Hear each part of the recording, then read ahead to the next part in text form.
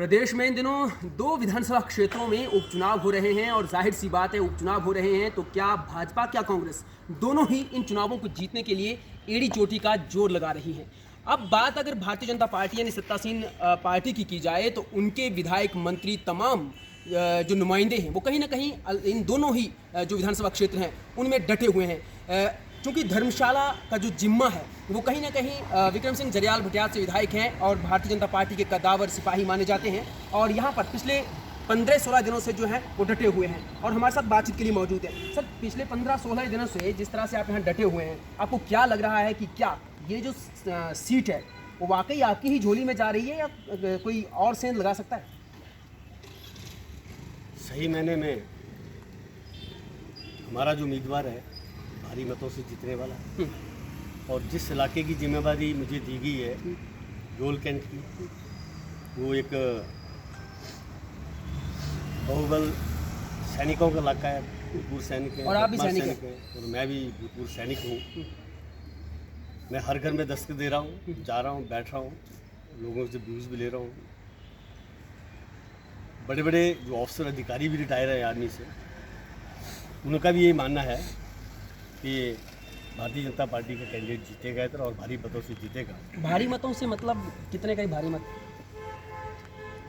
Approx 10,000 से ऊपर cross करेगा, जीत भी 10,000 से ऊपर क्रॉस करेगा। लेकिन आपके जो बड़े सिपाही हैं, जो बहुत बड़े सिपाही सलार हैं, वो तो कह रहे हैं कि 20 से पार ही जाना है इस बार।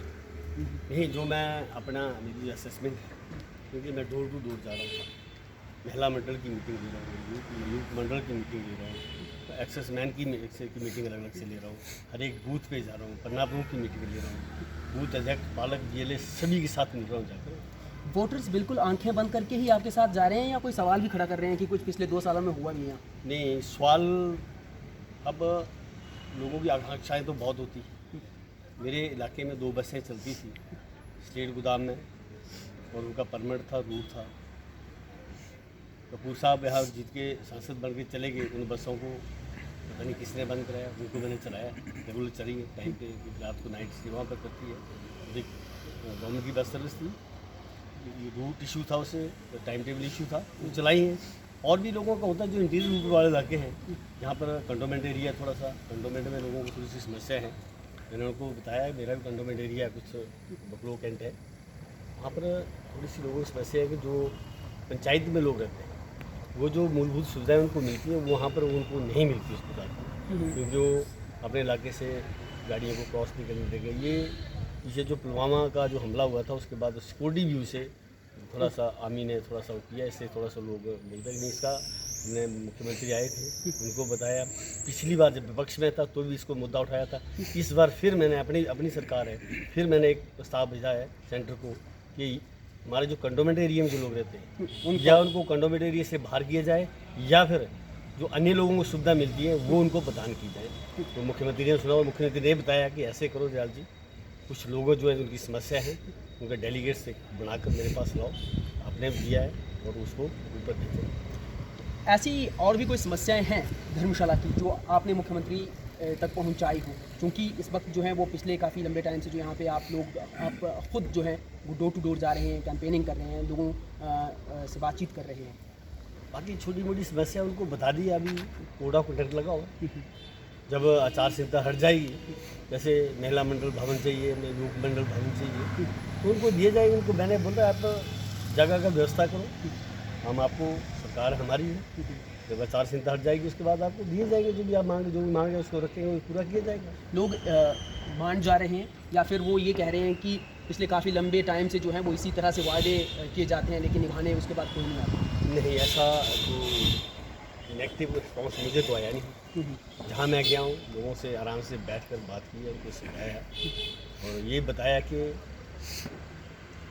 हमारे जो लीडर्स हैं, मोदी जी आदरणीय प्रधानमंत्री, उनका विजन बहुत लंबा और बड़ा है, वो मानते हैं इस बात को। मैंने सभी जो भी योजनाएं चलाई हुई हैं वो सभी बताता हूँ, ये दिया, वो दिया, महिलाओं को दिया, किसानों को दिया, बागवानों को दिया, वृद्धों को दिया, अपंग को दिया, जो कर्मचारी जो सरकारी कर्मचारी उनको सब कुछ दिया है, 1 रैंक 1 पेंशन से मैं सब कुछ बताया उन्होंने। जया साहब, सारी बातें ठीक हैं, आप सत्ता में भी हैं, विधायक भी हैं और जब वोटर्स के पास जाते हैं तो कहा भी जाता है कि ये मुसीबत है, इसको पूरा कर दिया जाएगा क्योंकि हम लोग सत्ता में हैं। बावजूद इसके कुछ चीज़ें ऐसी होती हैं, जब ये अभी हाल ही में आपने भी देखा भी होगा, सुना भी होगा कि कुछ फैमिलीज़ ऐसी हैं, कुछ परिवार ऐसे हैं जिन्होंने वोट ना देने का यानी वोटों का बहिष्कार करने का ही फैसला कर लिया, और वो बड़ी दूर नहीं है, धर्मशाला में ही है। ऐसा क्यों होता है?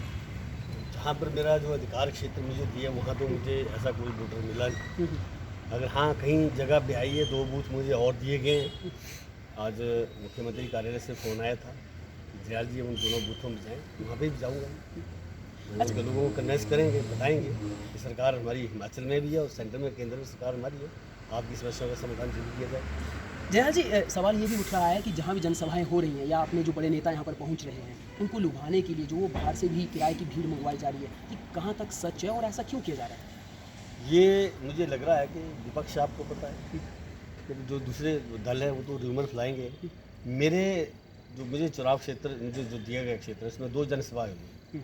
हमने तो बाहर से कोई लाया नहीं। आज भी शांता जी की थी, 2 दिन पहले मुख्यमंत्री जी की थी, कोई भी बाहर का नहीं था। एक एक बंदा गिन के देख लेते थे। हाँ हम लोग जो हैं उनको बाहर से गिनते होंगे, जैसे हम चंबा से आया हूँ मैं इधर कनेक्सिंग के लिए, वो हो सकता है कि मेरे जैसे को बाहर से गिनते हो। बाकी जो सभा में आते हैं उधर तो बाहर वालों को कोई नहीं फंसी कि किसी अपना टाइम वेस्ट करके और दूसरी जगह जाके हम अपने प्रदर्शन करें, ऐसा कुछ नहीं। खैर, मेरा अंतिम सवाल है। भारतीय जनता पार्टी कह रही है कि हमारा जो कैंडिडेट है, जैसे भी आप कह रहे हैं कि 10,000, क्योंकि आपकी टॉप लीडरशिप ये कह रही है कि 20,000 का आंकड़ा तो इस बार हम पार कर ही जाएंगे, क्योंकि लोकसभा के चुनाव हुए हैं और काफ़ी उत्साहित भी हैं।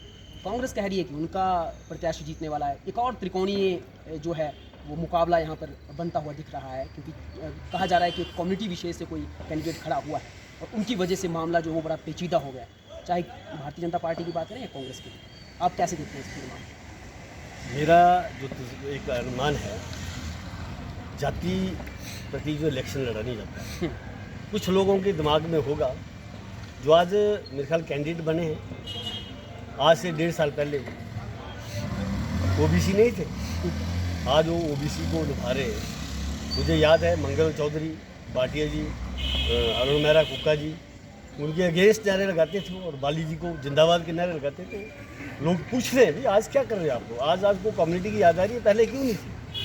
तो हर एक आदमी वोटर को लुभाने के लिए बात कर रहा होगा, परंतु ये इतना चलता नहीं है, वो उसका ग्राफ इतना नहीं है। होगा कहीं उसके जो रिलेटिव्स हैं वो चले हुए उसके साथ, परंतु लोग समझदार हैं आजकल जी, वो बताने की जरूरत नहीं पड़ती, वोटर हमारे से भी आगे जी। तो कुल मिला के जो वो सत्तासीन सरकार की ही यहाँ पे जीत सुनिश्चित हो रही है। बिल्कुल बिल्कुल। अब 20,000 बोलते, मैं जो 10 मैं तो 10,000 से अभी भी बता रहा हूँ। अब कितना होता है, जीतेगा हमारा कैंडिडेट, इधर नहीं दोनों विधानसभा क्षेत्रों में जीतेगा, इसमें कोई दो राय नहीं। खैर, सत्ताधारी